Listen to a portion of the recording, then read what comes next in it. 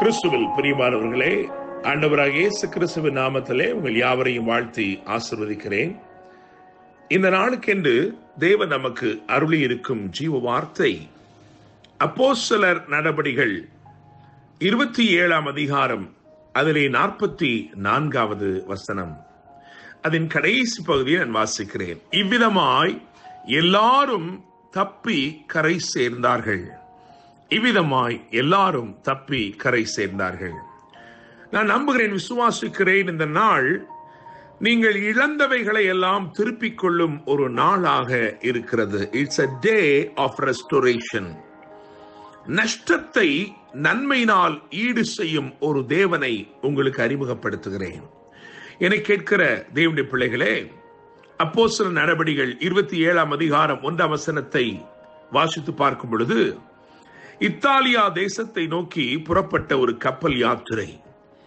276 பேர் மொத்தமாக பயணித்தார்கள்.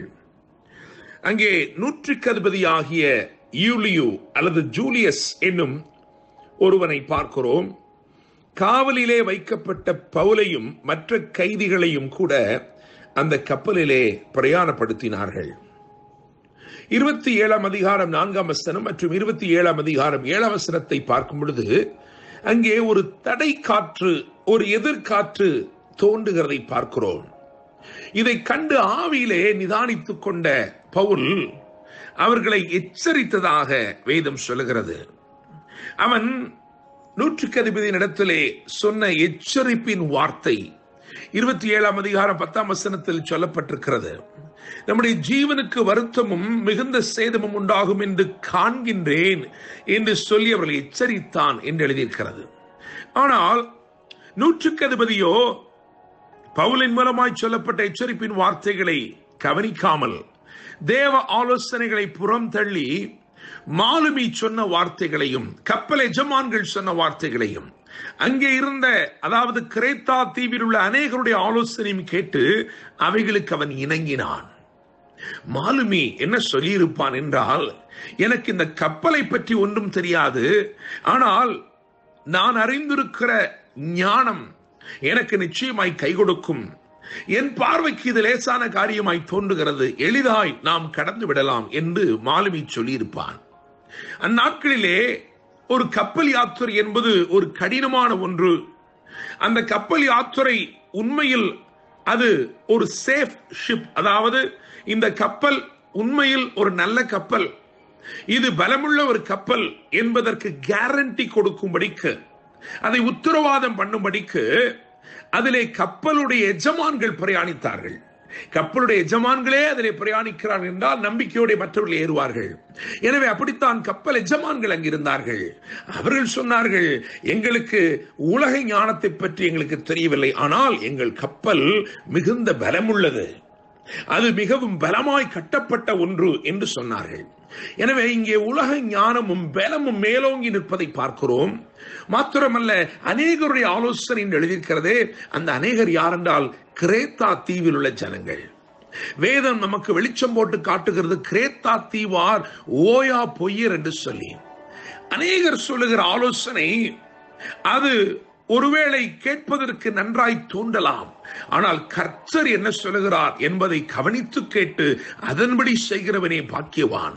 என கேட்கிற தேவனுடைய பிள்ளைகளே, நூற்றுக்கு அதிபதி தேவனுடைய ஆலோசனை புறந்தள்ளி விட்டு அவன் மனுஷ யோசனைகளை பெரிதாய் எண்ணி அவனுடைய பிரயாணத்தை, அந்த கப்பல் பிரயாணத்தை அவர்கள் தொடர்ந்தார்கள். வேதம் சொல்லுகிறது, அவர்களுக்கு கைகூடி வந்து கொண்டிருந்த அல்லது மெதுவாய் அடித்துக் கொண்டிருந்த தென்றல் திடீர் என்று சொல்லி ஒரு கொடுங்காற்றாக, யூரோகலிதோன் என்னும் கடுங்காற்றாக அது மாறிற்று, ஒரு பெரும் புயலாய் மாறிற்று.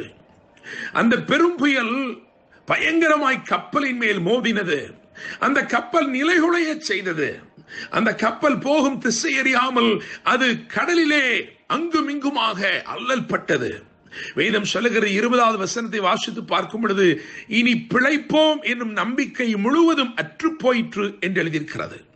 என கேட்கிற தேவனுடைய பிள்ளைகளே, சில நேரங்களிலே தேவ ஆலோசனைகளை புறந்தள்ளிவிட்டு மனுஷ யோசனைகளுக்கு இணங்கி நாம் செய்கிற காரியங்கள் நம்முடைய வாழ்க்கையில சில பெரும் புயல்களை கொண்டு வந்து விடுகிறது. ஆனாலும் எந்த பெரும் புயல் வந்தாலும் கர்த்தருடைய வார்த்தை நமக்கு தைரியம் சொல்லுகிறதாகவே இருக்கிறது.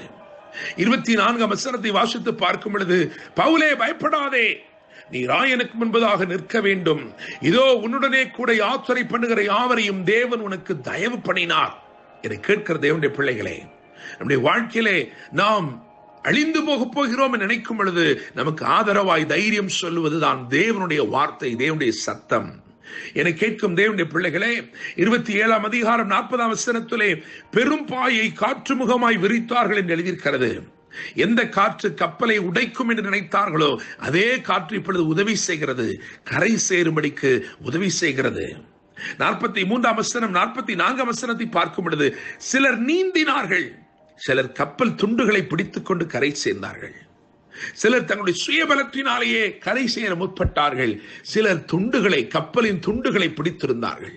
என்னை கேட்கிற தேவனுடைய பிள்ளைகளே, நீ பிடித்திருப்பது ஒருவேளை ஒரு முழு கப்பலின் சிறிய துண்டாக இருக்கலாம், ஆனால் உன்னை சேர்ப்பது அந்த கப்பலின் துண்டு அல்ல, கர்த்தரின் வார்த்தை. தேவனுடைய வார்த்தை நிச்சயமாய் உன்னை கரை சேர்க்கும். தேவனுடைய பிள்ளையே, மரணத்தின் விளிம்பிலே மடிந்து போவோம் என்று நினைத்தவர்களுக்கு கிட்டி வந்த கரை, அதற்கு என்ன பெயர் தெரியுமா? 28 அதிகாரம் 1 வசனத்தில் மெலித்தா என்று எழுதியிருக்கிறது. மெலித்தா என்று சொன்னால் தேனோடும் பூமி, லேண்ட் ஆஃப் ஹனி. என கேட்கிற தேவனுடைய பிள்ளைகளே, மடிந்து போகிற நிலைமையிலிருந்து தேவன் இப்பொழுது மனரம்யமான ஒரு இடத்திற்கு கொண்டு வந்து உங்களை ஆசீர்வதிக்க போகிறார். மெலித்தாவில் அன்பு இருந்தது, அனல் இருந்தது, அரவணைப்பு இருந்தது, அநேக மரியாதை இருந்தது என்று வேதம் ஒவ்வொன்றையாய் வரிசைப்படுத்துகிறது. எல்லாவற்றுக்கும் மேலாக 10 வசனத்தை பார்க்கும் பொழுது 28:10 அங்கு எழுதியிருக்கிறது, அவர்கள் எங்களுக்கு அநேக மரியாதை செய்து நாங்கள் கப்பல் ஏறுகிற போது எங்களுக்கு தேவையானவைகளை எல்லாம் ஏற்றினார்கள், இழந்து போனவைகளை எல்லாம் திரும்ப அருளும் தேவன். நிச்சயமாய் இந்த நாளிலே உங்கள் வாழ்க்கையை ஆசீர்வதித்து மகிமையுள்ளதாய் மாற்றுவார். என்று அன்புடன் pastor Daniel Moses. God bless you.